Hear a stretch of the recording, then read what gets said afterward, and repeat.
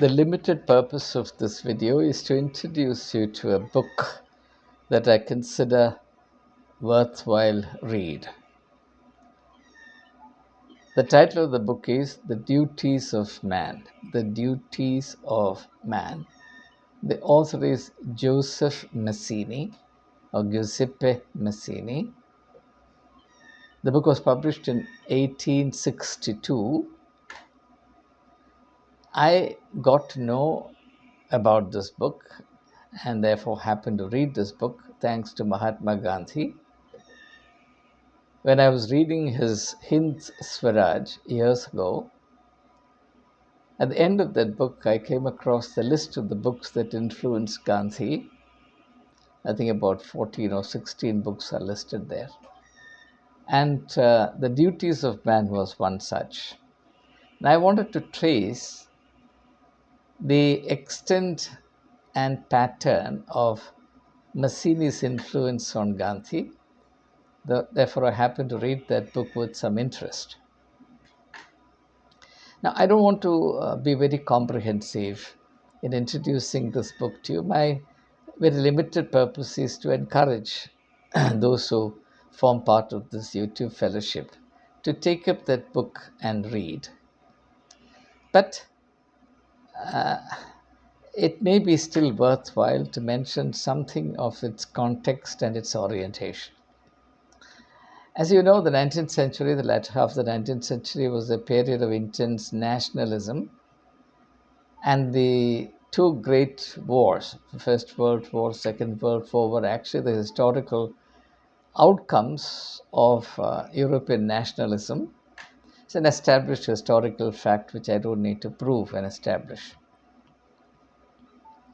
And Joseph Mazzini was writing this book in order to counter this European trend and to argue the need to see humanity as one family, because what nationalism did was to tear up the fabric of European consciousness into various pockets, conflictual pockets of separate identities based on blood, based on race, based on shared historical memories, assuming each nation as a self-contained organic entity, which therefore is obliged to take care of its own interests and to pursue those interests, if need be, to the detriment of the rest of humanity. So Joseph Mazzini tries to counter this process, realizing that this was a terrible distortion of what humanity really meant, humanity as one family. And insight that's found also in the Hindu worldview, Vasudhaiva Kutumbakam, in Malayalam, Ulagame Taravada, the whole world is one family. So the main argument in this book is that when you talk about your country as a separate, independent, autonomous entity, which does not have to be bothered about what happens to people in other parts of the world, other countries, other regions, then you become more mindful of your rights. And according to Joseph Mazzini, this rights consciousness, to which a great deal of importance is attached, and there are historical reasons for it. This is not the occasion for me to go into them. This rights discourse, this rights consciousness, or this rights obsession, or obsession with various rights, says Joseph Mazzini in this book, makes human beings individually egotistical, and it makes nations self-centered and conflictual. Because the rights discourse or the rights obsession carries within itself a very defensive approach. In order to defend your rights, the word defend is important, you have to see the other as a threat to your rights. And in the legal context, as per the constitutional mandate, a conflictual relationship is infused between the state and the citizen, and the duty of the courts is to protect the rights of Indian citizens, primarily against encroachment by the state. Therefore, the writ of mandamus, the scope of writ of mandamus is limited to litigating against the state whenever the state infringes upon the rights of citizens as envisaged in the Constitution of India. And now, coming back to Joseph Mazzini, he makes a very powerful and persuasive case for shifting human consciousness from rights obsession or rights discourse to a duties oriented outlook on life. So, duty as against right. The human rights on the one hand, human duties on the other. For example, in the Indian Constitution, if you're familiar with Article 51A of the Indian Constitution, it prescribes a set of duties, I think about 9 duties. You'll rarely come across a newspaper article dealing with the contents of Article 51A, highlighting the duties of citizenship or duties immanent or embedded in citizenship. All the time, the political discourse, the cultural discourse, the intellectual exercises, the polemics, the arguments, the litigation, everything is about rights. Hardly anyone talks about duties. Yet, from a spiritual point of view, it's not rights, it's duties that should take precedence. Now, I can say this very confidently about the spiritual vision of Jesus Christ. He sees human life in terms of duties, universal duties. Rights are divisive. Rights belong to individuals and designate groups, say tribal rights, minority rights, the rights of citizens, the rights of women, so on and so forth. So it's essentially divisive and it's also defensive. Whatever is divisive will also be defensive and vice versa. Whereas duties are always universal. There is no divisive duty.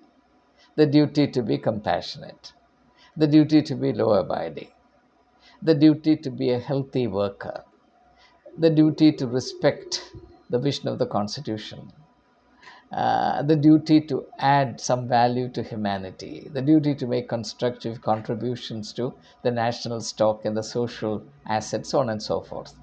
There is no duty which is divisive, whereas every right is divisive. So, the main argument in this book is to make a case for shifting the foundation from rights discourses to an awareness of duties.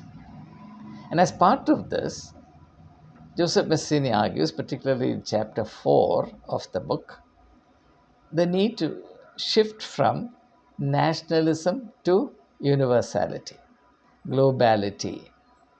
He says, apart from becoming citizens of various nations, we must also become global citizens. Now, I'm going to read a few paragraphs, and that's all that I propose to do for the rest of this short video. A few paragraphs, the concluding paragraphs of chapter 4 of Joseph Mazzini's book, which influenced Mahatma Gandhi. The title of the book is The Duties of Man. Man in the generic sense, man and woman, duties of humankind. Now, I'll only read. I will not offer a single word by way of comment or explanation. This reading from chapter 4. The only lasting hope for you is addressing the universal, the European audience. The only lasting hope for you is in the general amelioration, improvement, and fraternity of all peoples of Europe, and through Europe of humanity. Therefore, my brothers and sisters, in the name of your duty and for the sake of your interest, never forget that your first duties without fulfilling which you cannot rightly fulfill those towards your country and family, are towards humanity. Your fundamental duties are towards humanity. Let your words and your actions be for all men, as God is for all men in his law and love. In whatsoever land you live, wheresoever there arises a man to combat for the right, the just and the true, that man is your brother. Wheresoever a man is tortured through error, injustice, or tyranny, that man is your brother. Free men or slaves, or you are all brothers. You are one in origin, one in the law that governs you, one in the goal you are destined to attain. Your faith must be one, your actions one, and one the banner under which you combat. Say not, the language the language we speak is different. Do not say, the language we speak is different. Acts, tears, and martyrdom are a language common to all, and which all understand. Say not, humanity is too vast and we are too weak. God does not judge the power, but the intention. Love humanity. Ask yourselves as to every act you commit. Now, here I have to pause and say, this is the text, this is a particular passage on the basis of which Gandhi formulated his talisman, which is the advice he gave to Pandit Jawaharlal Nehru. Now, no further explanations. I'll read that passage. Keep the talisman of Gandhi at the back of your mind as I read this part of the paragraph. Ask yourselves as to every act you commit within the circle of family or country. If what I now do were done by and for all men, would it be beneficial or injurious to humanity? And if your conscience tells you it would be injurious, desist. Desist even though it seem that an immediate advantage to your country or family would be the result. Gandhi, of course, modifies it accordingly, and he was a genius at that. Gandhi was a genius at adopting the ideas of others. Be you the apostles of this faith, apostles of the fraternity of nations, and of the unity of the human race, which, though it be admitted in principle, is denied in practice at the present day. Be such, wheresoever and howsoever you are able. Neither God nor man can require more of you than this. If I tell you that by becoming such, and even should more be impossible, by becoming such to yourself alone, you will yet serve humanity. God measures the stages of education He permits the human race to ascend by the number and purity of believers. When the pure among you are many, God, who numbers you, will disclose to you the way to action.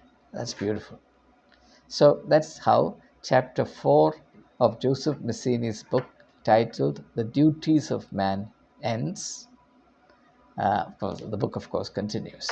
So I commend this book, which influenced Mahatma Gandhi, and therefore it can't be of any small consequence to us. And I also want to say at this time that given the way the situation is developing globally and nationally, it's important for us to read books of this kind, which can serve as an antidote to the shrinking human consciousness or shrinking human awareness, shrinking from globality or the cosmic or universal vision to the very petty, parochial, narrow, infantile, which takes a heavy toll on our personality. You can be only as great as your vision is. And if your vision is parochial, silly, and shallow, then God help you. That's all I can. I feel sorry for those who perpetrate atrocities because they are under the influence of such narrow minded notions, divisive, diabolical, and poisonous. And once a person is infected with this virus, you can't really blame him for what he does because there is no other option. The poison within him has to come out. Suppose you eat food which is poisonous. What happens? You vomit it. Now, the vomit that comes out is extremely distasteful. You can't look at it. You feel like vomiting yourself, even if you have not partaken of that poisonous food. So the evil actions that people do under the influence of such diabolic persuasions, outlooks, which ideas, prejudices that exist within them, cannot be entirely blamed on them. It must be blamed more on the people who have infected them in this manner. And therefore, infecting a nation's public awareness with poisonous and divisive ideas is an atrocity perpetrated against the people as a whole, that must be considered the foremost anti-national activity. Hate speech is anti-national activity. Anything that threatens the fabric of national unity, anything that infects the consciousness of India with poisonous assumptions and prejudices, must be considered anti-national activity.